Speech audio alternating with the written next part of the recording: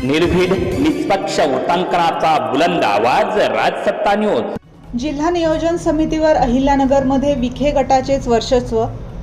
विकास कामे व निधी वितरणामध्ये महत्त्वपूर्ण भूमिका बजावणाऱ्या जिल्हा नियोजन समितीवर नामनिर्देशित सदस्य व विशेष निमंत्रित अशा 20 सदस्यांचे नियुक्त्या जाहीर करण्यात आल्या आहेत। सर्वाधिक सदस्य भाजपचे असले तरी त्यामध्ये पालकमंत्री राधाकृष्ण विखे पाटील यांच्या समर्थकांचे प्राबल्य दिसत आहे, तर सर्वात कमी स्थान राष्ट्रवादी काँग्रेसला अजित पवार गटाला मिळाले आहे असे दिसते।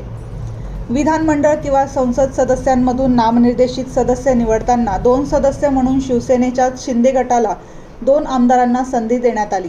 राज्य सरकारच्या नियोजन विभागाने आज सोमवारी या संदर्भातील आदेश जारी केला। पालकमंत्र्यांच्या शिफारसीने या सदस्यांच्या नियुक्त्या केल्या जातात। अहिल्यानगर जिल्हा नियोजन समितीवर नामनिर्देशित सदस्य तसेच विशेष निमंत्रित सदस्यांची निवड जाहीर केली आहे। 20 सदस्यांचे नामनिर्देशन करण्यास राज्य सरकारने मान्यता दिली।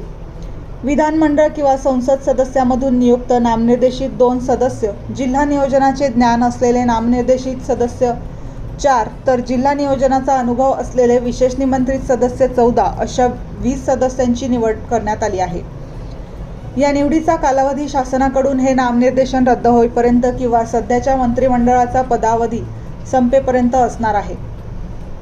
विधानमंडळ किंवा संसद सदस्यांमधून नियुक्त सदस्य म्हणून शिंदे गटाचे आमदार विठ्ठलराव लंघे व आमदार अमोल खताळ, जिल्हा नियोजनाचे ज्ञान असलेले नामनिर्देशित सदस्य म्हणून विनायक सुधाकर देशमुख, अजय विष्णू काशीद, बापूसाहेब पाराजी पाटेकर, अनिता विजय जगताप, तर जिल्हा नियोजनाचा अनुभव असलेले विशेष निमंत्रित सदस्य संदेश तुकाराम कारले, सचिन रोहरे, चंद्रशेखर विठ्ठल खरमारे, अंकुश कासोळे, गणपतराव काकडे, विठ्ठल घोरपडे, संध्या उद्धव सोनवणे, प्रभाकर शिंदे, अनिल करांडे, अनिल आढाव, डॉक्टर अविनाश कानवडे, विकास वाकचौरे अकोले, अश्विनी दत्तात्रय थोरात, अभिजित खोसे या नियुक्तीचा आदेश महाराष्ट्र शासनाचे उपसचिव निभा खेडकर यांच्या स्वाक्षरीने निर्गमित करण्यात आला असून अहिल्यानगरचे जिल्हाधिकारी तथा सदस्य सचिव यांनी हा आदेश तातडीने सर्व संबंधितांच्या निदर्शनास आणावा असे निर्देश दिले आहेत।